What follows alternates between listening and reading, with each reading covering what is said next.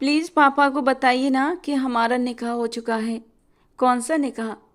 आपकी बेटी ने पूरा 1 महीना मेरे साथ बिना निकाह के गुजारा है। मेरा बिस्तर गर्म किया है। आपकी बेटी तो मेरी बहन से भी गई गुजरी निकली। आपकी बेटी जिस पर आपको नाज था ना, मेरे निकाह में नहीं थी, फिर भी मेरी रातों का हिस्सा बनी। नूरीन हैरान और परेशान नम आंखों से फरहान को देख रही थी। उसका इश्क, उसका यकीन सब रेजा रेजा हो चुका था। फरहान उसे वहीं छोड़कर चला गया, ये जाने बिना कि उसके पीछे उसके इतने बड़े इल्जाम पर उस नाजुक सी लड़की का क्या हाल हुआ, जबकि वो माँ भी बनने वाली थी। वो अपने पैरों को जबरदस्ती घसीटता हुआ घर से बाहर निकलता चला गया था और पीछे से नूरीन पथराई हुई आंखों से उसकी चौड़ी पीठ को देख रही थी। कितना खुश थी वो, कितने ख्वाब सजाए थे, लेकिन फरहान ने एक ही पल में सब चकनाचूर कर दिए थे। भाई, वो लोग नूरीन को मार डालेंगे। वो बहुत खतरनाक लोग हैं, जिंदा नहीं छोड़ेंगे उसे। उन्हें अपनी औलाद से ज़्यादा अपनी इज्जत और अपनी अना प्यारी है। तो मुझे क्या? फरहान ने खुद को लापरवाह बनाने की हर मुमकिन कोशिश की थी। उसने अपने दिल को पत्थर कर लिया था, हर जज्बात को मार दिया था। उसके बच्चे से भी कोई ताल्लुक नहीं। वैसे सही बात है, होना भी नहीं चाहिए, क्योंकि वो होगा किसी का गंदा खून, हमें क्या लेना देना उससे। फरहान की बहन सोफिया ने बेपरवाही से कंधे उचकाते हुए कनखियों से भाई को देखा कि शायद उसके दिल का पत्थर पिघल जाए। मेरी जान, मैं चाहता हूँ कि इस जहान की सारी खुशियाँ तुम्हारे कदमों में लाकर रख दूँ। तुमने मुझ पर एतबार किया और मेरे साथ यहाँ तक चली आई। अब देखना, मैं हमेशा तुम्हारा साथ दूंगा। उसने उसका हाथ पकड़ते हुए अपनी ओर खींचकर अपने सीने से लगा लिया। नूरीन की सांसें अचानक बेकाबू हुईं। उसके चेहरे पर मुस्कुराहट रक्स करने लगी। उसकी आंखें अजीब चमक से भर उठीं। मुस्कुराते हुए उसने अपना सर फरहान के सीने पर टिकाया और पलकों को बंद कर लिया। फरहान ने कुछ देर तक उसे अपने सीने से लगाए रखा और उसके नरम स्पर्श को अपने सीने पर महसूस करते हुए खुद को सुकून देता रहा। फिर उसके माथे पर अपने होंठ रखकर बोला, तुम जानती हो नूरीन, मेरी जिंदगी की सबसे हसीन चीज सिर्फ तुम हो और मुझे तुमसे बढ़कर कुछ भी अजीज नहीं। ये सुनकर नूरीन ने सर उठाया, चुपचाप उसके चेहरे को देर तक देखती रही। सामने खड़ा फरहान वाकई एक हसीन ख्वाब था। ऐसा हसीन, ऐसा हैंडसम शख्स जिस पर जमाने भर की लड़कियां अपना दिल हार चुकी थीं, लेकिन वो आया तो सिर्फ नूरीन के हिस्से में। नूरीन को अपने नसीब पर रश्क आने लगा था। न सिर्फ ये शख्स उसके मुकद्दर में लिख गया था, बल्कि उसकी मोहब्बत भी अब उसके नसीब में दर्ज हो चुकी थी। नूरीन कुछ देर तक उसका चेहरा देखती रही, अपना हाथ उसके चेहरे पर फेरते हुए बोली, लेकिन फरहान, आपने मुझसे कहा था कि यहाँ आते ही आप मुझसे निकाह करेंगे, तो कब करेंगे? मुझे यहाँ आए हुए 5 दिन गुजर चुके हैं। फरहान मुस्कुराते हुए चमकती आंखों से उसे देख रहा था। कुछ पल खामोश रहा और फिर बोला, क्यों नहीं मेरी जान, अभी करते हैं। ये कहते हुए उसने अपना मोबाइल निकाला, एक नंबर मिलाया और सख्त अंदाज में किसी से कहने लगा, काजी और गवाहों का इंतजाम करो। आज शाम को मेरा निकाह है, जो कि मेरे फार्म हाउस में ही होगा, इसलिए फौरन निकाह ख्वाह और गवाहों का बंदोबस्त करो। उधर से न जाने क्या जवाब आया कि हल्की सी मुस्कान के साथ फरहान ने मोबाइल बंद कर दिया और फिर आंखों में शरारत भरकर नूरीन को देखा। जी जनाब, आपका हुक्म पूरा हो चुका है। आपका हुक्म सर आंखों पर। फरहान की नज़र और अंदाज पर नूरीन शर्मा कर नजरें झुका गई। शर्म से उसका चेहरा लाल हो उठा था और उसकी ये अदा फरहान को बेहद भा गई। उसने एक बार फिर उसका सर अपने सीने पर टिकाया और उसे मोहब्बत भरी निगाहों से देखने लगा। दोनों के बीच मीठी मीठी बातें होने लगी। यूं लगता था मानो जिंदगी ने इन दोनों दिलों को मिलाकर इन पर कोई बहुत बड़ा एहसान कर दिया हो। लेकिन ये सच्चा इनाम था या आने वाले वक्त का सबसे संगीन इम्तिहान, कोई नहीं जानता था। नूरीन, जो इस वक्त तो बड़ी तसल्ली से फरहान के साथ बैठी थी, नहीं जानती थी कि उसके साथ आगे क्या होने वाला है। नूरीन कहाँ है, कुछ पता चला उसका? खालिदा बेगम ने हैदर अली को आते देखा तो जल्दी से उठकर खड़ी हुई। 5 दिन गुजर चुके थे, उनकी बेटी घर पर मौजूद नहीं थी और सब लोग जैसे अंगारों पर लौट रहे थे। हैदर अली ढके हैदर अली ढलके हुए कंधों के साथ घर पहुंचे। उनके साथ उनका बड़ा बेटा भी था। दोनों के सर झुके हुए थे। ऐसा लगता था जैसे सदियों का दर्द झेल कर आए हों। आंखों में गहरा गम भी था और कहीं ना कहीं छुपा हुआ गुस्सा भी झलक रहा था। ये तुम्हारी दी हुई परवरिश है खालिदा बेगम, कि आज हम इस जगह पर आकर खड़े हुए हैं। हमारी बेटी ने हमें कहीं का नहीं छोड़ा, घर से भाग गई है। उसकी इस हरकत की वजह से हम किसी को मुंह दिखाने के काबिल नहीं रहे। जहाँ पहले मैं लोगों के सामने अपनी गर्दन अकड़ा कर चलता था, वहीं मेरी नज़रें झुक जाती हैं लोगों को देखकर। शर्म से पानी पानी हो जाता हूँ। लोग मुझ पर उंगली उठाते हैं कि देखो वो आ रहा है हैदर अली, जिसकी बेटी उसकी नाक कटाकर घर से भाग चुकी है। अब और हिम्मत नहीं है, ख़त्म करो ये ड्रामा। और अब इस हकीकत को मान लेना चाहिए हमें। कब से हम उसके पीछे भागते जा रहे हैं, लेकिन उसे कोई परवाह नहीं। न जाने किस बिल में छुपी बैठी है। हैदर अली का लहजा जहर उगल रहा था, जबकि खालिदा बेगम दुपट्टे से आंसू पोंछते हुए वहीं सोफे पर बैठ चुकी थीं। उन्हें नूरीन से इस सब की उम्मीद बिल्कुल नहीं थी। उन्हें नूरीन पर गुस्सा भी था और उसके घर से चले जाने पर वो गम में भी डूबी हुई थीं। पता नहीं कहाँ होगी, किस हाल में होगी, लेकिन वो अपने दिल का हाल कैसे बयां करती। हैदर अली तो वैसे ही उनकी परवरिश पर उंगली उठा रहे थे, उन्हें इल्ज़ाम दे रहे थे। यूं ही तालीम की थी तुमने उसकी। अरे कहाँ कहाँ नहीं ढूंढा उसे। उसने पहले ही शादी से इनकार कर दिया था और इसका मतलब साफ था कि वो किसी और को चाहती है। मगर उसने हमें ये तक नहीं बताया कि वो उसे पसंद करती है। कम से कम एक बार बताती तो सही, लेकिन नहीं, खुद ही सारे फैसले कर लिए। अब हमें ये बदनामी झेलनी ही होगी। और सुन लो खालिदा बेगम, मैं कभी भी अब तुम्हारी बेटी को माफ़ नहीं करूँगा, पूरी ज़िंदगी माफ़ नहीं करूँगा। उसने मेरा सर शर्म से झुका दिया है। अगर पहले दिन ही तुम उस पर नज़र रख लेती तो शायद ये दिन देखना न पड़ता। इतना कह ही रहे थे कि उनके मोबाइल की घंटी बजी। उन्होंने मोबाइल उठाकर कान से लगाया, लेकिन न जाने उधर से क्या कहा गया कि हैदर अली ने गुस्से में कॉल काट दी। यही इज्जत रह गई है हमारी। ख़ानदान वाले बार बार फ़ोन करके हम पर थूक रहे हैं कि हमारी बेटी घर से भाग गई है। अब ये बात अफवाह बनकर हर जगह फैल चुकी है। लेकिन खालिद, ऐसा भी तो हो सकता है कि हमारी बेटी के साथ कुछ गलत हो गया हो। वो घर से भागी नहीं हो, बल्कि उसे अगवा कर लिया गया हो। अच्छा, हम क्या सबूत लाएं कि हमारी बेटी भागी नहीं है बल्कि अगवा हुई है? बताओ कहाँ से लाएं सबूत? कोई गवाह है हमारे पास? कुछ भी नहीं है। तो अब खामोशी से बैठकर अपनी इज्जत का जनाजा निकलने का मातम करो। ये कहते हुए हैदर अली रुके नहीं थे, अपने कमरे की तरफ बढ़ गए। खालिदा बेगम रो रो कर बेहाल हो गई थीं। ये कैसे दिन आ पड़े थे। खुदा ने इनसे ये दिन दिखाने से पहले उठा क्यों नहीं लिया था। बिलाल भी थके थके कदमों से अपने कमरे की ओर बढ़ गया था। खालिदा बेगम ने अफसोस से अपने जवान बेटे को देखा। उनके परिवार पर जैसे गमों के पहाड़ टूट पड़े थे। पहले सोफिया ने बिलाल को धोखा दिया और अब उनकी बेटी नाक कटाकर भाग गई थी। बिलाल सोफिया को अभी तक भुला नहीं पाया था। उसकी उसकी बेवफाई को दिल से लगाकर बैठ गया था। और भुला भी कैसे देता, उससे इश्क किया था उसने। और सोफिया शादी की दूसरी ही रात किसी और लड़के की बाहों में मिली थी। और ये सब कुछ बिलाल अपनी आंखों से देख चुका था। उसी रात बिलाल ने सोफिया को घर से धक्के देकर निकाल दिया था। लेकिन अपने दिल का क्या करता, जहाँ से वो सोफिया की मोहब्बत को निकाल न सका। फार्म हाउस का मेन हॉल फूलों की पंखुड़ियों से सजा हुआ था। फूलों की खुशबू हर तरफ फैली थी। पूरा हॉल जगमगा रहा था। फरहान के कुछ दोस्त गवाहों के तौर पर मौजूद थे। काजी साहब भी वहाँ मौजूद थे। सबकी मौजूदगी में निकाह होना था। नूरीन को एक मैरून रंग का लहंगा पहनाया गया था।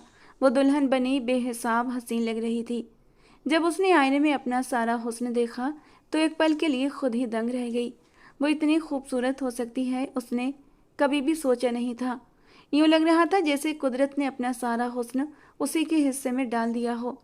मरून रंग का हसीन जोड़ा और बेपनाह हुस्न वाली लड़की, जैसे आसमान से कोई परी उतर आई हो। मगर उसी लम्हे उसे अपनी माँ की याद आई। दिमाग में अचानक एक अजीब सा ख्याल उठा। आंखों के पर्दे पर वो मंजर उभर आया। उसकी माँ ने एक दिन लाल दुपट्टा उसके सर पर डालकर कहा था, माशाल्लाह मेरी बेटी कितनी प्यारी लग रही है। जिस दिन दुल्हन बनेगी सबकी निगाहें उस पर ही होंगी। देखना, सब यही कहेंगे कि इससे ज़्यादा हसीन दुल्हन उन्होंने अपनी ज़िंदगी में कभी नहीं देखी होगी। माँ की वो बात याद करके नूरीन बहुत खुश हुई। लेकिन उसी पल एक बार फिर अतीत से निकलकर वो वर्तमान में लौटी तो उसके सामने जारा खड़ी थी। भाभी, आप तैयार हो गई? चलिए, निकाह ख्वाह निकाह पढ़ाने के लिए आ चुके हैं, रेडी हो जाइए। ये कहते हुए उसने उसका घूंघट निकाल दिया। कुछ देर बाद काजी साहब आए और नूरीन से उसकी रजामंदी पूछकर निकाह नामे पर उसके दस्तखत करवा लिए और वहाँ से चले गए। नूरीन तो बेहिसाब खुश थी, मगर उसकी आंखों से आंसू भी बह गए। घर से भागने के बाद पहली बार उसने अपने माँ बाप को याद किया था। वो चाहती थी कि उनकी दुआओं के साए तले रुखसत होती, मगर कैसे अजीब रुखसती थी उसकी। जिंदगी भी कैसे करवट बदलती है, कुछ समझ ही नहीं आता। उसने आंसू पोंछे और फिर अपना घूंघट उठा दिया। जारा ने उसे उसके बिस्तर पर ठीक से बिठाया और खुद कमरे से बाहर चली गई। जारा फरहान के दोस्त की बीवी थी। फरहान के बुलाने पर चली आई थी ताकि नूरीन को तैयार कर सके। सब लोग अपने अपने घरों को जा चुके थे जब जारा नूरीन को सजे सजाए बेड पर बैठाकर उसका घूंघट सही कर रही थी। वैसे नूरीन, तुम्हें नहीं लगता कि तुम्हारा फैसला सही नहीं है? उसकी बात पर नूरीन ने सर उठाकर जारा को देखा। नहीं, मेरा मतलब है प्यार करना कोई गलत बात नहीं, लेकिन इस तरह घर वालों की मर्जी के बिना। कहते कहते जारा ने अपनी बात अधूरी छोड़ दी, लेकिन नूरीन की आंखों में नमी उतर आई। लेकिन उसने जल्दी ही अपने आंसू पलकों से टूटने नहीं दिए थे, रोक लिए थे। कुछ मजबूरियां होती हैं जारा, जो इंसान से ऐसे फैसले करवा लेती हैं। मेरे पास दो रास्ते थे, या तो मैं अपने प्यार से हमेशा के लिए अलग हो जाती, या फिर मैं अपनों को कहीं पीछे छोड़कर अपने प्यार के साथ पूरी ज़िंदगी खुशी खुशी गुजारती। हर किसी का नज़रिया अलग होता है। मैंने अपने प्यार को चुनना सही समझा। मैं ज़िंदगी भर घुट घुट कर नहीं जी सकती थी। खुदा तुम्हें हर खुशी दे नूरीन, कभी तुम्हारी आंख में आंसू ना आए। जारा ने उसे सच्चे दिल से दुआ दी थी, लेकिन वो नहीं जानती थी कि कुछ दुआएं पूरी नहीं होती, बल्कि आसमान से टकराकर वापस आ जाती हैं। नूरीन की ज़िंदगी में भी खुशियां नहीं, बल्कि एक ऐसा दर्द, एक ऐसी तड़प लिखी थी जो उसने पूरी ज़िंदगी के लिए अपनी किस्मत में लिख ली थी। जारा उसका लहंगा सही करती हुई फरहान का इंतजार करने का कहकर कमरे से बाहर चली गई। कमरा गुलाब के फूलों से सजा था। गुलाब की पंखुड़ियों से बनी सेज बेपनाह खूबसूरत लग रही थी। सेज की हर लड़ी पर छोटी छोटी बत्तियां जड़ी थीं और उनका कनेक्शन एक बटन से जुड़ा था। उस बटन के दबते ही रोशनियां रंग बिरंगी चमक उठतीं और कमरे का नज़ारा कुछ और हो जाता। चारों तरफ कैंडल लाइट जली हुई थी। पूरे कमरे की रोशनी बंद थी, बस मोमबत्तियों और बत्तियों की हल्की रोशनी में कमरे का माहौल हैरत अंगेज हो रहा था। वो दोनों अपने बिस्तर पर बैठे एक दूसरे की आंखों में डूबे हुए थे, मानो मोहब्बत उस रात उन पर पूरी हो गई हो। कुछ पल उसे प्यार से देखने के बाद फरहान ने धीमे से कहा, तुम जानती हो नूरीन, तुमने आज मुझे कितनी बड़ी खुशी दी है, तुम सोच भी नहीं सकती। मैंने इस रात का कितना इंतजार किया है, शायद तुम अंदाज़ा भी न लगा सको। आज हमारी मोहब्बत की रात है, हमारे एक होने की रात। आज तुम नहीं रही और मैं नहीं रहा। मैं तुम बन चुका हूँ और तुम मैं, हम दोनों हम बन चुके हैं। बस बस सब कुछ मुझ पर छोड़ दो और सिर्फ मुझे सोचो। ये कहते हुए उसने उसकी नाक को खींचा और नूरीन का दिल तेजी से धड़कने लगा।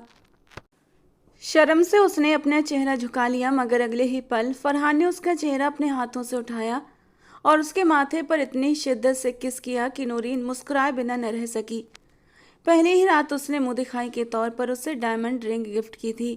अंगूठी पहनाने के बाद फरहान ने बड़ी बेताबी से उसका दुपट्टा हटाकर रखा था और नूरीन थोड़ा सा सिमट गई थी और उसका यूँ सिमटना फरहान ने महसूस कर लिया था।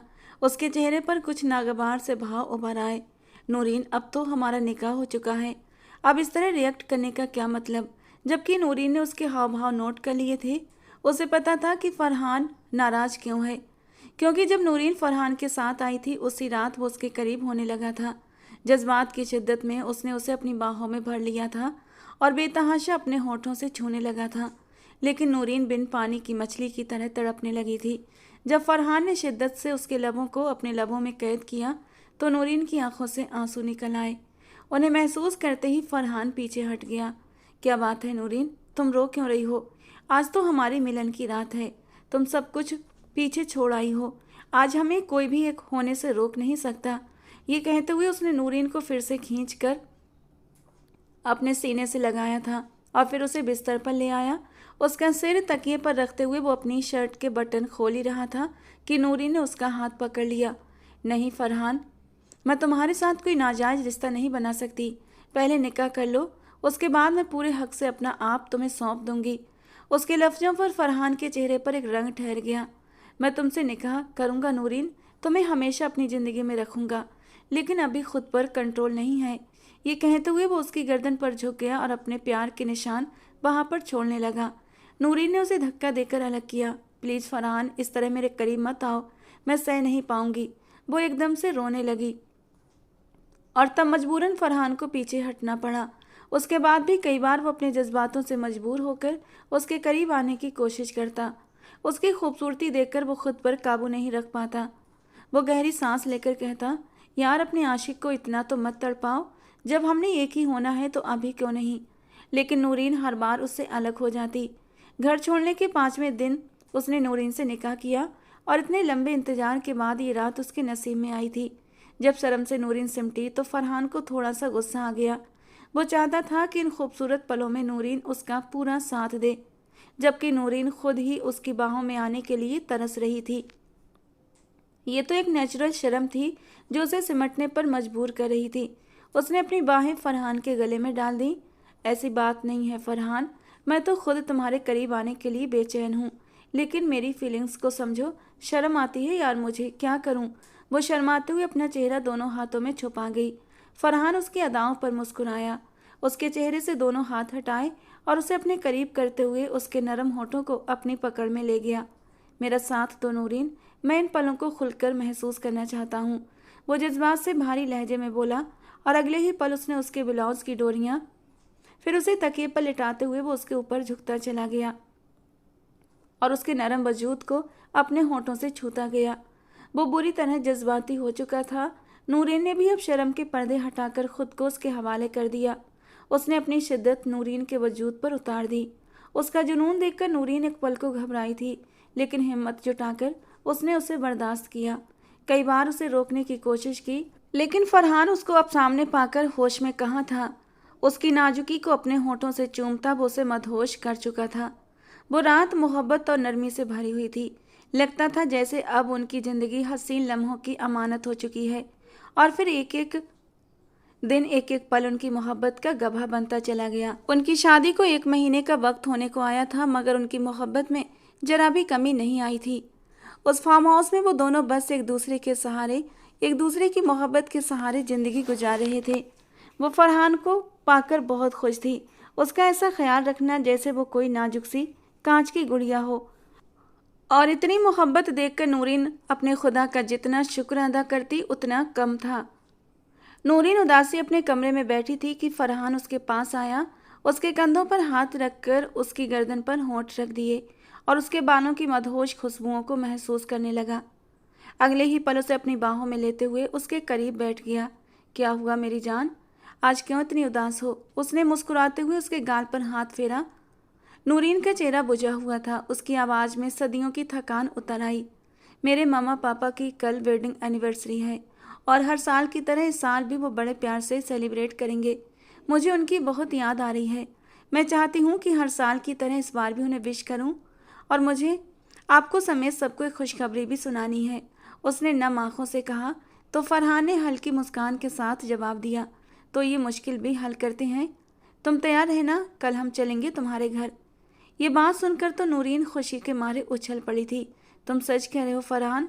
लेकिन वो लोग मुझे, कुछ सोचते हुए नूरीन की आंखों में आंसू आए थे। कोई कुछ नहीं कहेगा मेरी जान, देखना वो लोग तुम्हें अपने सामने पाकर खुश हो जाएंगे। और हमने कोई गलत काम नहीं किया है, प्यार करते हैं एक दूसरे से, हमने निकाह किया है। तुम टेंशन न लो, मैं सब कुछ हैंडल कर लूँगा। नूरीन तो बहुत ज़्यादा खुश हो गई थी, जबकि फरहान काम के सिलसिले में बाहर चला गया और वो खुशी के मारे नाचने लगी। उसे पूरी उम्मीद थी कि अब सब कुछ ठीक हो जाएगा। सुबह होते ही नूरीन ने घर जाने की तैयारियां शुरू कर दी। वो अलमारी से बहुत सारे कपड़े निकाल कर बिस्तर पर फैला चुकी थी। उसे कुछ समझ नहीं आ रहा था कि आखिर शाम को क्या पहने। उसी वक्त फरहान अंदर आया।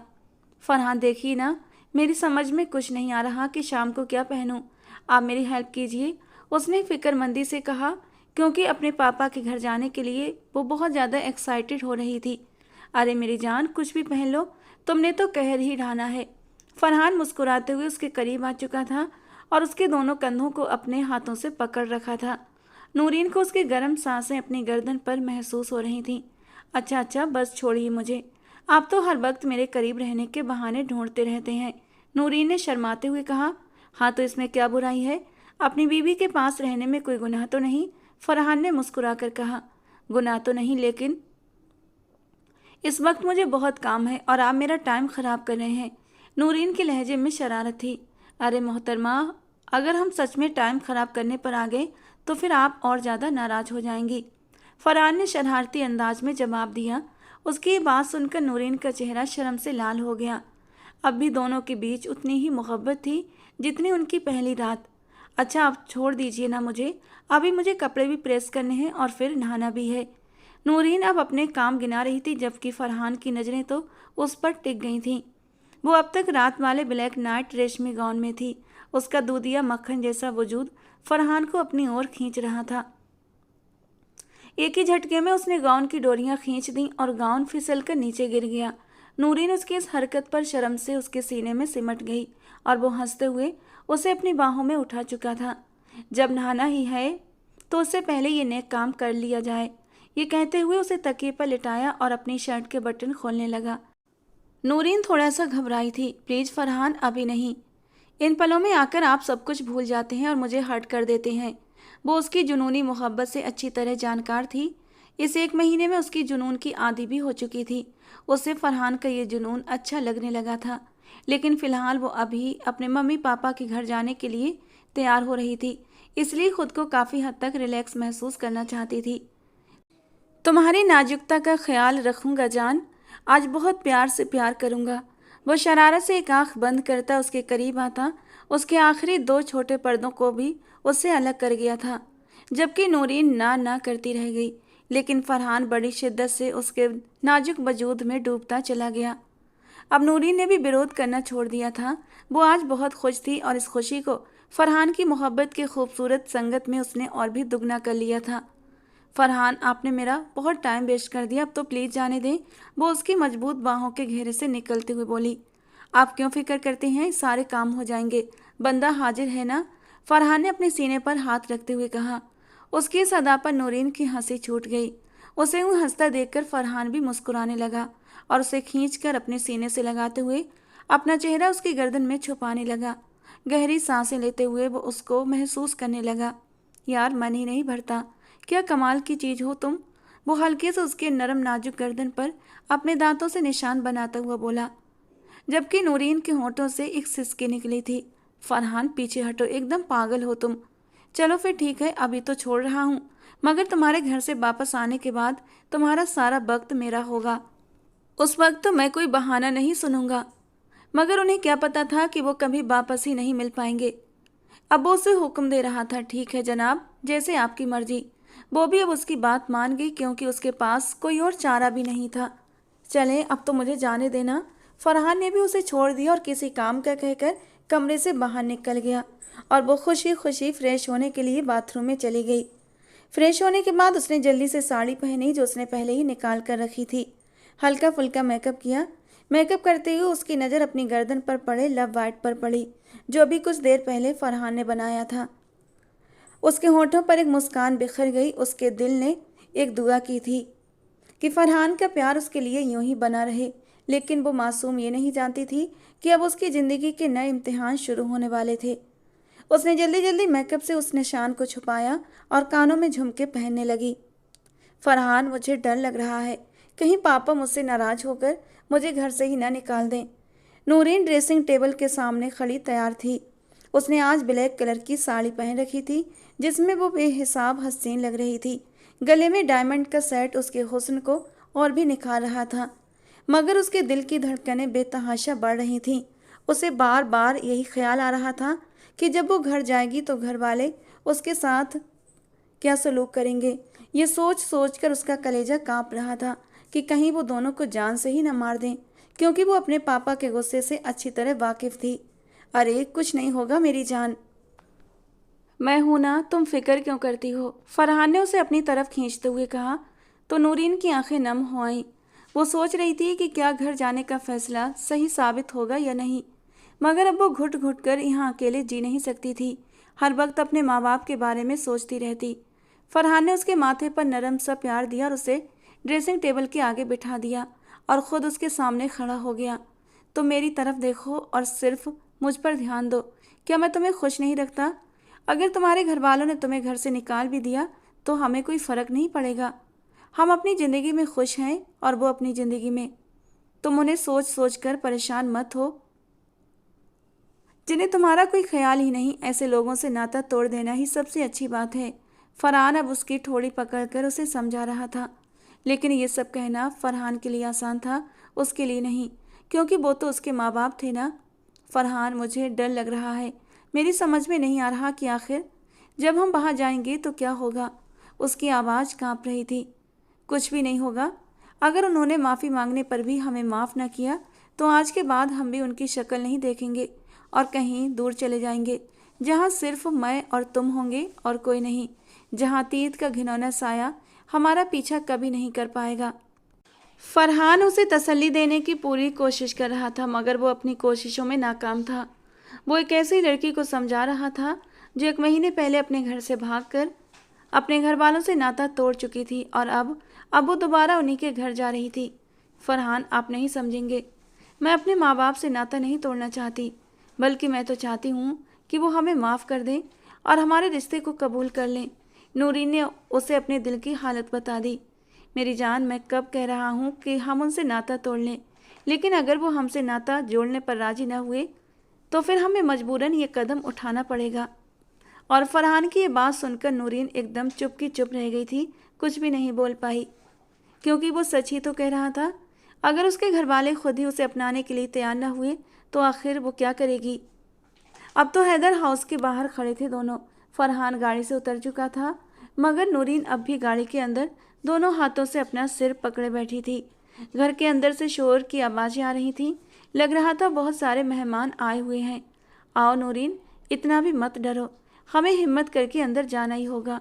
वो अब उसका हाथ पकड़कर उसे नीचे उतार रहा था, जबकि नूरीन में तो खुद उतरने की हिम्मत भी नहीं थी।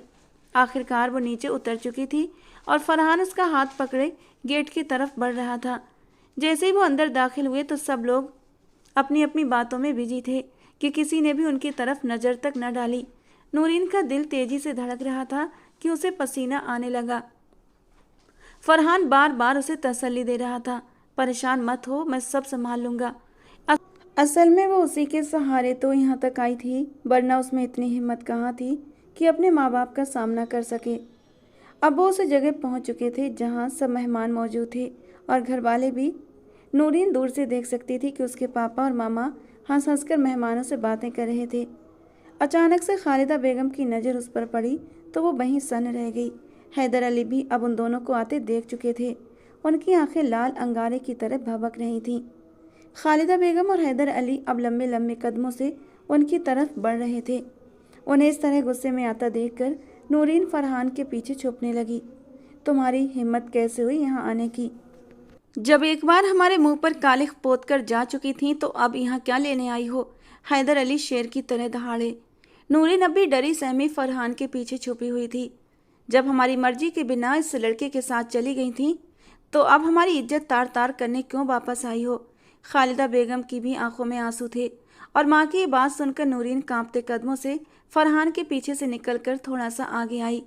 ममा, मैं ऐसे ही फरहान के साथ नहीं गई। हमने निकाह किया है, एक जायज़ रिश्ता है हम दोनों का। हम दोनों को माफ़ कर दें ममा, हमारे रिश्ते को एक्सेप्ट कर लें। मैं आप लोगों के बिना जी नहीं सकती। किस रिश्ते की बात कर रही हो तुम? हाँ, हैदर अली ने उसे बाजू से पकड़ कर झंझोड़ते हुए कहा। जब तुमने घर से भागकर कोई रिश्ता बनाया तो वो मेरी नज़र में नाजायज़ रिश्ता है, समझी तुम? वो गुस्से से दहाड़ उठे थे। नहीं पापा, हमारा रिश्ता नाजायज़ नहीं है। मैंने निकाह किया है फरहान से और ये हक तो हमारा मजहब और कानून दोनों देता है। प्लीज़ फरहान, आप ही बताइए ना इन्हें कि हमारा निकाह हुआ है। लेकिन तभी फरहान का चेहरा बदल गया। उसने एक नज़र रोती से सकती नूरीन पर डाली थी और फिर वो ठंडी हंसी हंसते हुए बोला, कौन सा निकाह नूरीन? क्यों झूठ बोल रही हो? अपने माँ बाप से जो सच्चाई है वो बता दो। और अगर तुम नहीं बता सकती तो कोई बात नहीं, मैं बता देता हूँ। तुम्हारी बेटी ने 1 महीना मेरे साथ बिना निकाह के गुजारा है और मेरा बिस्तर गर्म किया है। आपकी बेटी तो मेरी बहन से भी गई गुजरी निकली। मेरी बहन को गिरी हुई लड़की कहा था ना। जिस बेटी पर आपको बड़ा नाज था वो मेरे निकाह में नहीं है, फिर भी मेरे साथ रातें गुजारी। फरहान के इन जहरीले लफ्ज़ों ने सब कुछ तोड़ कर रख दिया था। नूरीन हैरान परेशान और भीगी आंखों से फरहान को देख रही थी। उसका इश्क, उसका यकीन, सब कुछ रेजा रेजा हो चुका था।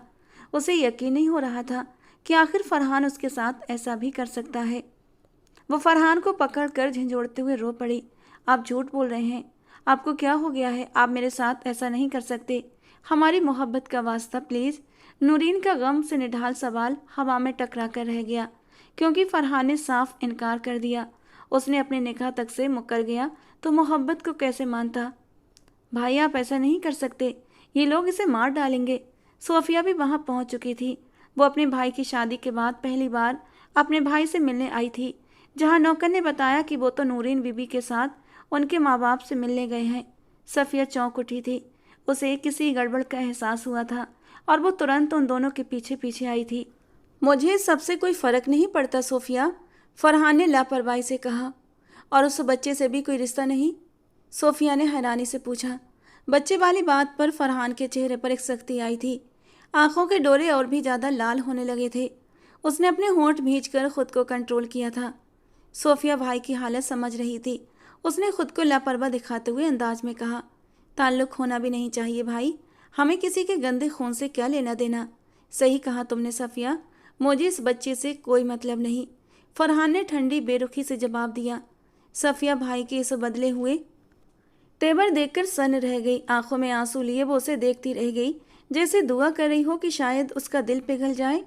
मगर उसे क्या मालूम था कि उसके भाई के सीने में दिल की जगह पत्थर रखा है। फरहान वहां से जा चुका था और सारे मेहमान भी एक एक करके अपने अपने घर लौट चुके थे। नूरीन अब तक सबको गिड़गिड़ाकर बता रही थी कि फरहान झूठ बोल रहा है। उसने मुझसे निकाह किया था। प्लीज़ मेरी बात का यकीन करें भाई। अम्मी आप ही तो मेरी बात मान लें। मैं झूठ नहीं कह रही, वही झूठा है। उसने गवाहों की मौजूदगी में निकाह किया था और अब मुझ पर इल्ज़ाम लगाकर भाग गया। मगर कोई भी नूरीन की बात पर यकीन करने को तैयार न था। खालिदा बेगम तड़पते हुए आई और बेटी के गाल पर एक करारा थप्पड़ जड़ दिया। हमें तुम्हारी किसी बात का यकीन नहीं। पहले पहले भी तो तुम हमें बताए बिना घर से भाग गई थी, तो अब कैसे मान लें कि तुम सच बोल रही हो? माँ का ये बेरहम रवैया देखकर नूरीन खामोशी से आंसू बहाने लगी। हैदर अली गम और गुस्से से निढाल होकर एक कुर्सी पर गिर पड़े। भाई आप मेरे साथ नाइंसाफ़ी नहीं कर सकते। मेरी बारी आई तो आपकी गैरत जाग उठी थी, और अब अपनी बेटी के साथ भी वही सब कुछ करे ना जो मेरे साथ किया था। या फिर मेरे सर पर बाप का साया नहीं था, इसीलिए आपको मौका मिल गया था। सादिया बेगम यानी नूरीन की छोटी फुप्पो हैदर अली को उकसाते हुए गुस्से से चीखी थीं। हैदर अली अब बेकाबू गुस्से में नूरीन की तरफ बढ़े और उसे खींचते हुए ले जाने लगे। वो उसे उसी कमरे की तरफ घसीट रहे थे जहां उन्होंने बरसों पहले अपनी बहन को सजा के तौर पर कैद कर दिया था। पापा प्लीज़ आप मेरी बात का यकीन कीजिए, मैंने कोई गलत काम नहीं किया। फरहान ने मुझसे निकाह किया था। नूरीन चीखती रही मगर उसकी आवाज़ दीवारों से टकरा कर रह गई। हैदर अली के साथ घसीटे जाते हुए नूरीन रो रो कर उनसे इल्तिजा करती रही, पापा प्लीज़ मेरी बात सुन लें, मैं सच कह रही हूँ। मगर उनके कानों पर जूं तक न रेंगी।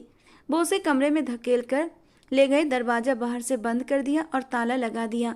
फिर पूरे घर वालों को गरजते हुए हुक्म दिया, अगर किसी ने भी इसे यहाँ से भगाने की कोशिश की तो उसका भी यही हाल होगा।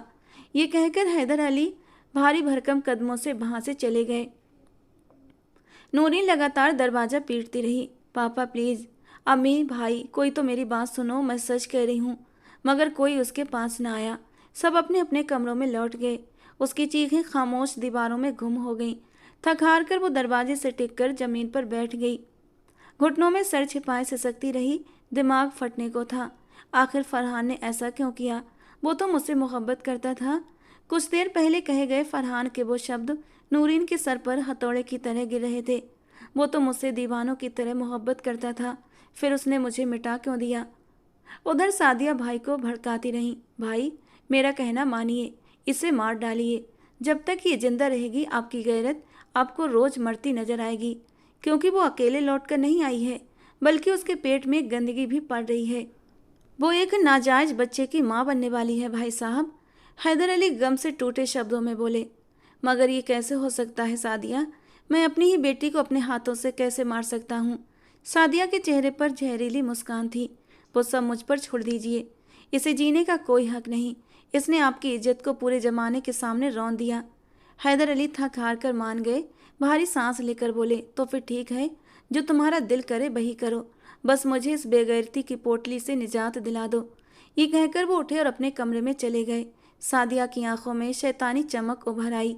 वो मन ही मन बड़बड़ाई, जब इन्होंने मुझसे मेरी खुशियां छीन ली तो मैं इनकी औलाद को चैन से कैसे जीने दूं।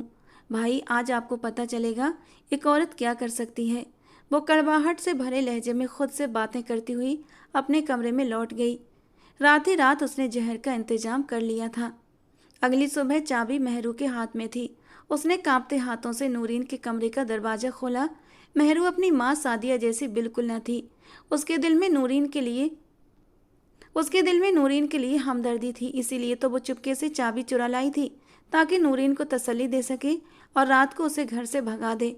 नूरीन, जल्दी करो, अपना जरूरी सामान बांधो, तुम्हारे पास वक्त बहुत कम है। मेहरू घबराई हुई जल्दी से नूरीन को चादर उड़ाने लगी। मगर हुआ क्या है मेहरू, तुम यहाँ क्या कर रही हो? अगर फूफी ने देख लिया तो वो तुम्हें जान से मार देंगी। तुम पागल हो गई हो क्या? नूरी ने उसका हाथ झटकते हुए डर जताया।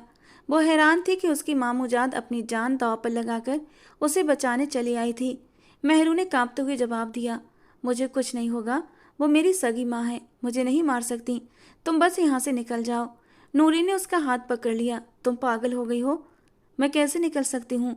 अगर बाहर किसी ने देख लिया तो मुझे और भी बड़ी सजा देंगे और साथ में तुम्हें भी मार डालेंगे। मैं अपनी वजह से तुम्हें मुसीबत में नहीं डाल सकती। मेहरू ने आंखों में आंसू भरकर कहा, मैं अभी अम्मा को किचन में भेजती हूँ। तुम जैसे ही मैं बाहर निकलूँ तुरंत भाग जाना। और सुनो, तुम्हारी जगह मैं यहाँ पर तकिया रख दूँगी तो उन्हें पता भी नहीं चलेगा। डरने की ज़रूरत नहीं है, मैं तुम्हारे साथ हूँ। ये लो अपना बैग, इसमें पैसे, फ़ोन और कुछ ज़रूरी सामान है। यहाँ से चली जाना, कभी वापस मत आना, ये लोग तुम्हें जिंदा नहीं छोड़ेंगे। ये कहकर मेहरू जल्दी से कमरे से निकल गई। नूरी ने आखिरी बार कमरे पर नज़र डाली। उधर मेहरू ने अम्मा का ध्यान भटकाया। अम्मा, आपको मामू जान बुला रहे हैं। सादिया का ध्यान भाई के कमरे की तरफ चला गया और वो अपने भाई के कमरे की तरफ बढ़ी। मेहरू फौरन नूरीन के कमरे में दौड़ी जहाँ उसे कैद किया गया था। उसने जल्दी से बिस्तर पर तकिया रखा ही था कि दूर से अपनी माँ को आता देख लिया। वो घबरा गई और फिर जल्दी से उसी कमरे में छुप गई जहाँ नूरीन को रखा गया था। सादिया कमरे में दाखिल हुई, उनकी नज़र बिस्तर पर गई। बिस्तर से एक हाथ बाहर लटक रहा था। उन्होंने वही हाथ पकड़कर उस पर इंजेक्शन लगा दिया और एक संतोष की सांस लेकर वहाँ से चली गईं। मगर उन्हें ये नहीं पता था कि वो नूरीन नहीं बल्कि उनकी अपनी बेटी मेहरू थी। जैसे ही मेहरू बेदम होकर बिस्तर पर से नीचे गिरी, पर्दे के पीछे छुपी हुई नूरीन चीखती हुई बाहर आई। उसने मेहरू की गर्दन पर हाथ रखा और उसका दिल दहल गया। मेहरू की सांसें अब बंद हो चुकी थीं। भाई, कैसे हैं आप? सफ़िया तंज भरे लहजे में भाई के कमरे में दाखिल हुई।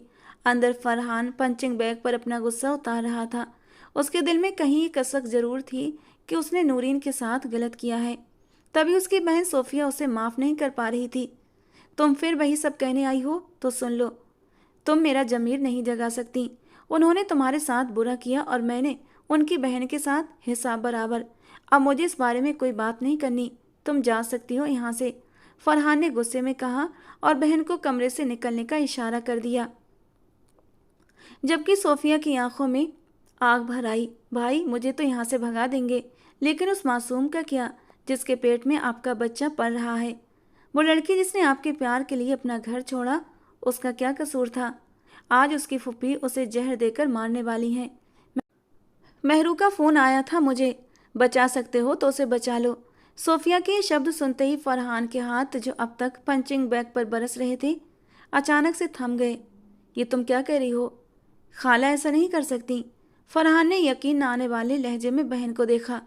वो कर चुकी हैं भाई, और मैं कसम खाती हूँ अगर नूरीन को कुछ हुआ मैं आपको कभी माफ़ नहीं करूँगी, बल्कि आप खुद को भी कभी माफ़ नहीं कर पाएंगे। न सिर्फ आप किसी की बेटी की मौत की वजह बनेंगे, बल्कि अपने ही बच्चे के कातिल भी कहलाएंगे। सारी ज़िंदगी आप खुद को कोसते रहेंगे। सोफिया की जहर भरे अल्फाज फरहान के सीने में किसी तीर की तरह उतर गए। वो कांप उठा था। वो गुस्से से कमरे से बाहर निकल गया। सोफिया लगातार मेहरू को फ़ोन मिलाती रही, मगर नंबर बंद जा रहा था। बेचैनी में वो ड्राइंग रूम में चक्कर काटने लगी। उधर हवेली में चीखों का तूफान उठा हुआ था। मेरी बेटी को वो बदजात लड़की मारकर चली गई है, मैं उसे छोड़ूंगी नहीं। सादिया बेगम दहाड़ रही थी। उनकी आंखें अपनी लाडली बेटी पर जमी थीं, जो बिस्तर पर बेसुध पड़ी थी। उसके मुंह से झाग निकल रहा था। डॉक्टर 10 मिनट पहले ही ऐलान कर चुका था कि वो मर चुकी है। खालिदा बेगम ने तंज कसते हुए कहा। नूरीन तो यहाँ कमरे में बंद थी ना, फिर जहर उसके पास कहाँ से आया? सादिया गुस्से से कांप उठी। मुझे नहीं पता, मगर मेरी बेटी उसी कमरे में बंद थी, और मेरी बेटी उसकी जगह बिस्तर पर कैसे आई मैं नहीं जानती। लेकिन मैं उस नूरीन को छोड़ूंगी नहीं। उसी की वजह से मेरी मासूम बच्ची की जान गई है। मेरी बेटी का तो कोई कसूर भी नहीं था। मरना तो उस बदचलन को चाहिए था। उनकी आंखों से आग बरस रही थी। सारी हदें टूट चुकी थीं। हवेली में अफरा तफरी मच गई थी। नौकर चाकर सहमे हुए थे, खासकर वो नौकरानी जिसने सादिया बेगम को जहर पहुंचाया था। सादिया गुस्से से गरजी। क्या देख रहे हो सब? जाओ उस लड़की को ढूंढो, चाहे जिंदा या मुर्दा। मुझे वो आज अभी इसी वक्त हवेली में चाहिए। उनका हुक्म सुनकर गार्ड्स चौकन्ने हो गए।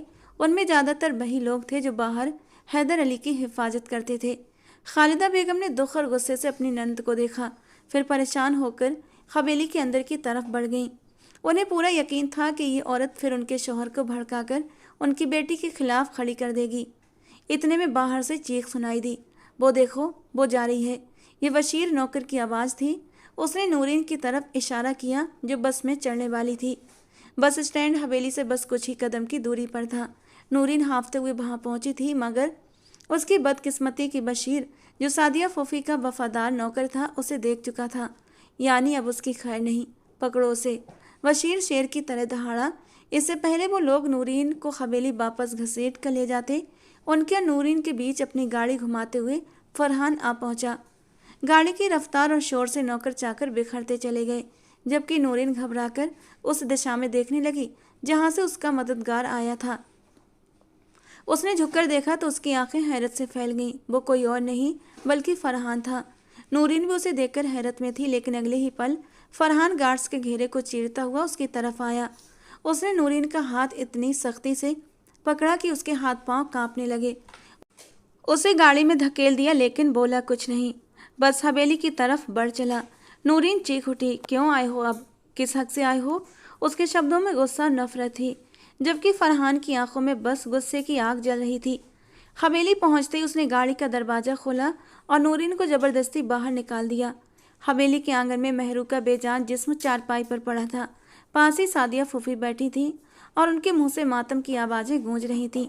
हवेली के बाकी लोग सन खड़े थे। तभी बिलाल भी हवेली में दाखिल हुआ। वो एक सिंगर था और किसी कंसर्ट से लौटते हुए नूरीन की वापसी की खबर सुनकर दौड़ा हुआ चला आया था। फरहान ने सबके सामने दहाड़ लगाई। आगे तुम सब, आज सारे हिसाब चुकते हो जाएंगे। तुम सबके बीच गलत फहमियाँ पैदा करने वाला कोई और नहीं बल्कि मेरी अपनी खाला सादिया बेगम है। आज मैं वो राज खोल कर रहूँगा जो बरसों से मेरे सीने में दफन था। उसकी आवाज़ पूरी हवेली में गूंज गई। हैदर अली ने गुस्से से अपने भांजे को घूरा, मगर फरहान बिना रुके आगे बढ़ता चला गया। इतने में नूरीन ने गुस्से में फरहान का हाथ झटक दिया और सीधा सादिया बेगम की तरफ बढ़ी। उसने फूफी के दोनों बाजुओं को पकड़कर उन्हें जबरदस्ती खड़ा कर दिया। पता नहीं उसमें इतनी ताकत कहाँ से आ गई थी, मगर वो ऐसा कर चुकी थी। उसकी चीख फटी हुई थी। मेरे पापा ने अगर आपके साथ गलत किया तो इसका बदला आपने हमसे क्यों लिया? हम बहन भाई को दर बदर कर दिया। बताइए, फरहान और सोफिया से आपकी कौन सी दुश्मनी थी? उन्हें बर्बाद क्यों किया आपने? उसकी आंखों से आंसू बह रहे थे, मगर शब्द तलवार बनकर निकल रहे थे। वो भी तो आपकी सगी बहन के बच्चे थे ना, उनसे आपका क्या वैर था? नूरी ने बिना किसी लिहाज के अपनी फुफ्फू को कटघरे में खड़ा कर दिया था। हवेली का हर शख्स जड़ हो चुका था। सबकी नज़रें सादिया बेगम पर थीं। नूरीन की आवाज़ कांपते हुए गूंजी। और बताइए, अपनी इस खुद गड़ी दुश्मनी की वजह से और कितनों को मौत के मुंह में धकेलेंगी आप? आपकी अपनी बेटी कमसनी में हमेशा खिली सो गई। आप समझती हैं ये इंसाफ है? उसके हर शब्द में राज छुपा था जिसे अब तक कोई नहीं जानता था। सादिया बेगम सिर झुकाए खड़ी थी। पहली बार वो औरत जो हमेशा सब पर हुकूमत करती थी, आज सबके सामने शर्म से झुक गई थी। हवेली के लोगों को यकीन हो चुका था नूरीन की बातों में सच्चाई है। नूरीन चीख चीख कर सवाल कर रही थी, मगर सादिया बेगम के पास कोई जवाब नहीं था। उनके पास न कोई सफाई थी, न कोई हमदर्द। उनका असली मकरूह चेहरा सबके सामने आ चुका था। मैं बताती हूँ, आखिर इनकी हमसे इतनी कौन सी दुश्मनी थी? सोफिया गुस्से और नफरत से अपनी सगी खाला को घूरते हुए बोली थी। वो सिर्फ उसकी खाला ही नहीं बल्कि उसके शौहर बिलाल की भी सगी फुफ्फो थी। 3 साल बाद वो हवेली में कदम रखी थी, आंखों में आंसू और दिल में चिंगारियां लिए। उसकी आवाज़ कांपने लगी मगर हर शब्द तलवार बनकर निकल रहा था। ये मेरे पापा को चाहती थी, मगर पापा ने इनसे शादी करने के बजाय अम्मी से निकाह कर लिया। तभी से इनका दिल हमसे नफरत से भर गया। जब अम्मी के घर मेरी पैदाइश होने वाली थी तो मम्मा पापा के बीच फसाद डाल दिए। हालात इतने बिगड़ गए कि मम्मा पापा की तलाक होते होते रह गई थी। जब मामू जान को सब मालूम हुआ तो इन्हें बुलाकर इनका निकाह करवा दिया, लेकिन ये उस शादी को निभा न सकी। फिर भी मेरे पापा को बहकाने की कोशिश करती रहीं। जब इनकी सास ने इन्हें रोकना चाहा तो इन्होंने अपनी ही सास को सीढ़ियों से धक्का देकर मार डाला।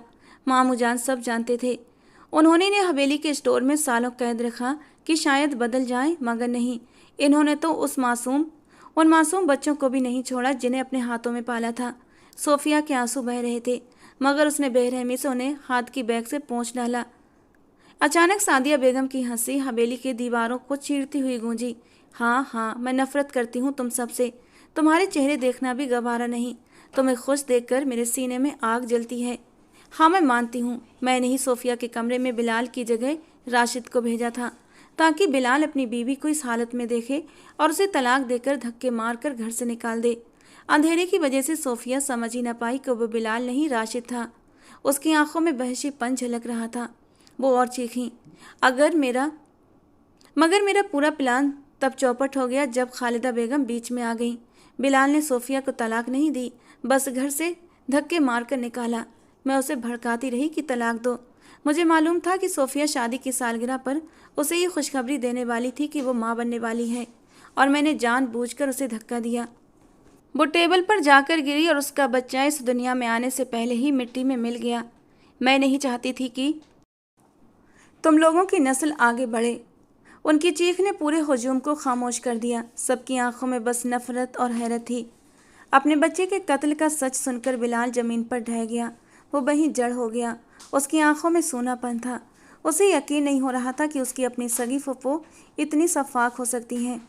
उसने सोचा था कि वो तो बदल चुकी हैं, मगर नहीं, वो तो झूठ और धोखे से सिर्फ इंतकाम लेने आई थी। सादिया बेगम ने पागलपन में चिल्लाते हुए कहा, हाँ, मैंने तुम सबकी ज़िंदगी बर्बाद कर दी और मुझे इस पर फ़ख्र है। मुझे अपनी बेटी की मौत का गम है, मगर मैं अपना बदला ले चुकी हूँ और अब अपनी बेटी का बदला लिए बिना इस दुनिया से नहीं जाऊँगी। ये कहकर वो नूरीन की तरफ झपटी और कांच का टुकड़ा उसकी गर्दन पर रख दिया। मैं इसे मार डालूंगी। अगर कोई भी मेरी तरफ बढ़ा तो इसका गला। उनकी चीख हवेली की फिजा को हिला गई। सबके कदम वहीं जम गए। किसी में भी हिम्मत न हुई उनके करीब जाने की। देखो, नूरीन को छोड़ दो, तुम जो चाहोगी बिल्कुल वैसा ही होगा। हैदर अली आगे बढ़े। उनकी आवाज़ काँप रही थी, जैसे बेटी के लिए जान हथेली पर रख दी हो। सादिया बेगम की आंखों में पागलपन झलक उठा। अपनी बेटी की तुम्हें कितनी फिक्र है, उस पर आँच भी आने देना नहीं चाहते। और मेरे वक्त तुम्हारी गैरत कहाँ चली गई थी? मुझे इतने सालों तक एक कमरे में कैद करके रखा था तुमने। क्या समझते हो तुम मैं तुम्हें माफ़ कर दूंगी? नहीं, तुम्हारी बेटी की जान लेकर ही अब मुझे सुकून मिलेगा। और वो पागलों की तरह हंस पड़ी। हवेली के सब लोग हैरान होकर उन्हें घूर रहे थे। फरहान का खून खौल उठा। उसकी गरजती आवाज़ हवेली की दीवारों से टकरा गई। खाला, अगर मेरी बीवी पर जरा भी आँच आई ना तो याद रखना, मैं आपको छोड़ूंगा नहीं। आपको फांसी के तख्ते तक लेकर दम लूँगा। सादिया बेगम ने चीखते हुए जवाब दिया, मैं डरती नहीं हूँ तुमसे, जो करना है कर लो। वो पागलपन से पीछे हटती जा रही थी और नूरीन के हाथ बुरी तरह कांप रहे थे। उसे अपनी जान की नहीं, अपने आने वाले बच्चे की फिक्र थी कि तभी सोफिया आगे बढ़ी। उसकी आंखों में गुस्से और आंसुओं का तूफान छुपा था। खाला, मैं आपको कभी माफ़ नहीं करूँगी। आपने मेरा बच्चा मुझसे छीन लिया, मेरी ज़िंदगी उजाड़ दी और मुझे मेरे शौहर से जुदा कर दिया। उसकी आवाज़ गूंज उठी। वो जानती थी कि इतना छोटा कांच का टुकड़ा गर्दन पर वार तो कर सकता है, मगर एक साथ दो दो लड़कियों को नहीं रोक सकता। तभी सोफिया ने बिजली की तेज़ी से बिलाल को इशारा किया। बिलाल बिना वक्त गंवाए दौड़ पड़ा और झपटकर सादिया बेगम के हाथ से नूरीन को छुड़ा लिया। उस वक्त सादिया बेगम का ध्यान बटा हुआ था। कभी वो नूरीन की गर्दन पर कांच रखती तो कभी सोफिया को डराने की कोशिश कर रही थीं, और यही उनकी सबसे बड़ी गलती साबित हुई थी।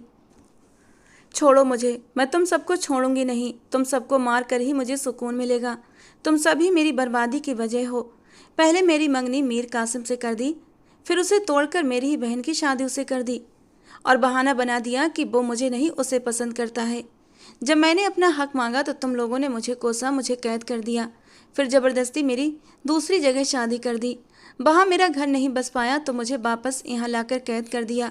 मैं नफरत करती हूँ तुम सबसे। मैं बदला लिए बिना नहीं मरूंगी। वो पागलों की तरह चीख रही थीं, पैर पटक रही थीं, और बिलाल बड़ी मुश्किल से उन्हें थामे हुए था। बिलाल को मुश्किल में देखकर फरहान आगे बढ़ा। उसकी एक आवाज़ गूंज उठी, खाला इसे छोड़िए, अगर इसे कुछ हुआ तो मुझसे बुरा कोई नहीं होगा। सादिया बेगम की आंखों में खून बरसने लगा, मगर वो सोफिया की तरफ नहीं बल्कि गार्ड की तरफ लपकी, जिसके हाथ में पिस्तौल थी। इससे पहले कि बिलाल और फरहान को समझ पाते, उसने नौकर से पिस्तौल छीनी और अपने ही सिर पर चला दी। पल भर में उसका जिस्म फर्श पर गिर पड़ा और फर्श उसके खून से सराबोर हो गया। हर कोई हैरान और सहमा हुआ था। उसकी तरफ दौड़ा, मगर बहुत देर हो चुकी थी। वो तो हराम मौत को गले लगा चुकी थी। मेहरू, नूरीन अब चीखते हुए रो पड़ी थी और लड़खड़ाते कदमों से मेहरू की चारपाई तक पहुंची। मेहरू की आंखें हमेशा के लिए बंद हो चुकी थीं। नूरीन सिसकते हुए उसके पास बैठ गई। मैंने कहा था ना, मेरी वजह से खुद को मुश्किल में मत डालना। उसकी चीख दिल चीर देने वाली थी। फरहान का सर शर्म से झुक गया। बदले की आग में उसने कितने ही लोगों को बर्बाद कर दिया था। 3 दिन तक हवेली पर मातम छाया रहा। सादिया खाला और मेहरू की मौत पर सोफिया हवेली में ही रुक गई थी और गेस्ट रूम में रहती थी। चौथे दिन वो खालिदा बेगम और हैदर अली से इजाज़त लेकर हवेली से जाने लगी। सब लोग बिलाल की तरफ देख रहे थे, लेकिन बिलाल की हिम्मत नहीं हो रही थी कि उसे रोक सके, जबकि उसके दूर जाने के ख्याल से उसका दिल ऐसा था जैसे अभी सीने से बाहर निकल आएगा। फिर उसके कांपते हुए होंठ हिले थे। रुक जाओ सोफिया, एक बार छोड़कर जा चुकी हो, दोबारा मत जाओ प्लीज़। अब खालिदा बेगम भी बोली थी, प्लीज़ सोफिया, हम सबको माफ़ कर दो और बिलाल को एक मौका और दो।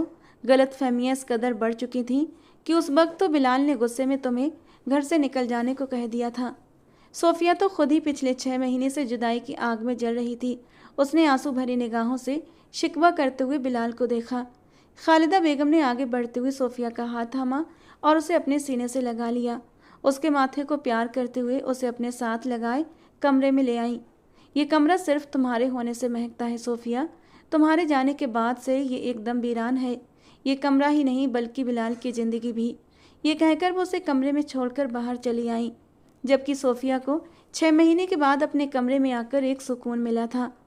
वो बिलाल को गलत नहीं समझती थी, क्योंकि उसके सामने हालात ही ऐसे कर दिए थे कि बिलाल ने जो कुछ किया वो कोई भी मर्द करता। शादी की दूसरी ही रात वो किसी और की बाहों में थी, और उस वक्त जब बिलाल अंदर कमरे में दाखिल हुआ तो कैसे उसे गुस्सा ना आता। बिलाल कमरे में दाखिल हुआ तो सोफिया बेड पर बैठी थी, जबकि वो उससे नज़रें चुराते हुए तौलिया लेकर नहाने चला गया। नहाकर आया तो ड्रेसिंग टेबल के सामने खड़ा होकर बाल सुखाने लगा, जबकि सोफिया की नज़रें उस पर टिकी हुई थीं, लेकिन सोफिया से बोलने की उसकी हिम्मत नहीं हो रही थी। वो बेवजह ही इधर उधर सामान सेट करने लगा।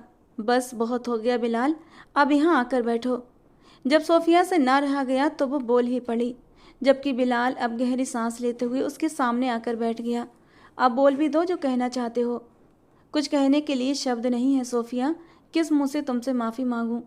तुम माफ़ी मांग चुके हो और मैं तुम्हें माफ़ भी कर चुकी हूँ, उसने मुस्कुराकर कहा। तो बिलाल को यकीन नहीं आया। उसने एकदम से खींचकर सोफिया को खुद में समेट लिया। उसके दिल को कितना सुकून मिला था ये वही जानता था। पिछले 6 महीने से वो उसके लिए तड़प रहा था। उसका दिल गवाही नहीं देता था कि उसकी सोफिया बेवफा है, और आज तो सारी सच्चाई भी सामने आ चुकी थी, जबकि सोफिया भी उसकी बाहों में पिघलती चली गई। नूरीन अपने कमरे में बिस्तर पर गिरी पड़ी थी कि तभी दरवाज़ा खटखटाया गया। अम्मी आ जाइए, उसने रोते हुए जवाब दिया। उसे लगा खालिदा बेगम होंगी, मगर अंदर आया तो फरहान था, सर झुकाए भारी कदमों से। दूर बैठते हुए बोला, मैं तुमसे शर्मिंदा हूँ नूरीन। नूरीन एक झटके से उठकर खड़ी हुई। फरहान की आवाज़ कांप रही थी। मैंने निकाहनामा मामू को दिखा दिया है, वो कुछ समय के बाद वलीमे की बात कर रहे हैं। वो अपनी धुन में बोलता जा रहा था, नूरीन के चेहरे पर उभरते तूफान से बेखबर कि तभी नूरीन की ज़बान ने जहर उगला।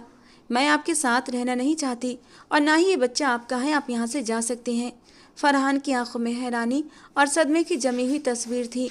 मैं माफ़ी मांग रहा हूँ, अपने हर गुनाह का अजाला करना चाहता हूँ। सोफ़िया और बिलाल की सुलह हो चुकी है, तुम भी मुझे माफ़ कर दो, चाहो तो सजा दो, मैं कुछ नहीं कहूँगा।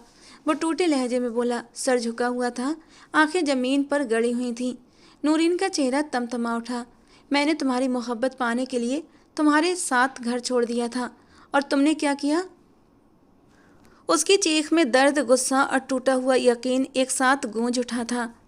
वो जानती थी मुलजिम से सवाल जवाब करना उसका हक था और आज वो अपना हक लेकर रहेगी। मैं शर्मिंदा हूँ नूरीन। उसकी आंखें आंसुओं से भीगी हुई थीं, मगर वो नूरीन की तरफ देखने से बचने लगा।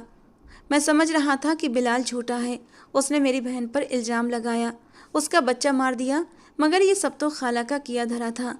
मुझे माफ़ कर दो। वो हाथ जोड़कर उसके सामने खड़ा था। चले जाइए यहाँ से। नूरीन रोते हुए मुंह फेर गई। फरहान धीमे कदमों से उसकी तरफ आया, उसका हाथ पकड़कर उसकी कमर में बाहें डाल दी और उसे अपने सीने से भींच लिया। नूरीन गुस्से से उसका सीना पीटने लगी। आप बुरे हैं, बहुत बुरे हैं। वो रोते हुए सिसकते हुए उससे दूर होने की कोशिश कर रही थी, और जब अपनी कोशिश में नाकाम हुई तो उसी के सीने से सर टिकाकर रो पड़ी। फरहान ने और भी कसकर उसे अपनी बाहों में जकड़ लिया। उसके होंठ मुस्कुरा उठे। जैसा भी हूँ तुम्हारा ही हूँ। उसने झुककर उसके माथे पर हल्का सा प्यार किया। नूरीन का दिल सख्त था। वो उसे इतनी आसानी से माफ़ नहीं करना चाहती थी और ना ही कर सकती थी। उसकी वजह से बहुत कुछ उजड़ चुका था, कई जिंदगियां टूट चुकी थीं, मगर उसकी आंखों में बसी शर्मिंदगी और टूटा हुआ लहजा ये बता रहा था वो सचमुच अपनी गलती का अजाला करना चाहता है। और जब कोई गुनहगार अपनी गलती पर पछताता है तो फिर उसे अल्लाह भी माफ़ कर देता है। नूरीन तो एक इंसान थी। अपने रब की रज़ा के लिए उसने फरहान को माफ़ कर दिया। उसके दिल के किसी कोने में अब भी उसकी मोहब्बत दबे पांव जिंदा थी। शायद उसकी मोहब्बत ने उसे मजबूर किया कि वो उसे एक मौका दे। ज़िंदगी का काम है गुजरना। मुश्किल वक्त इंसान को सबक सिखा जाता है। वो सब अपने अपने हिस्से की गलतियाँ झेल चुके थे, अपनी सजाएं काट चुके थे। अब वक्त था आगे बढ़ने का, और इसीलिए नूरीन ने फरहान को माफ़ कर दिया और एक नई ज़िंदगी की शुरुआत की। तो दोस्तों, आज की हमारी कहानी कैसी लगी कमेंट बॉक्स में ज़रूर बताना। पसंद आई हो तो प्लीज़ लाइक करना। रोज़ एक नई और रोमांटिक कहानी के लिए हमारे चैनल को सब्सक्राइब करना। मिलते हैं दोस्तों अगली किसी नई कहानी के साथ।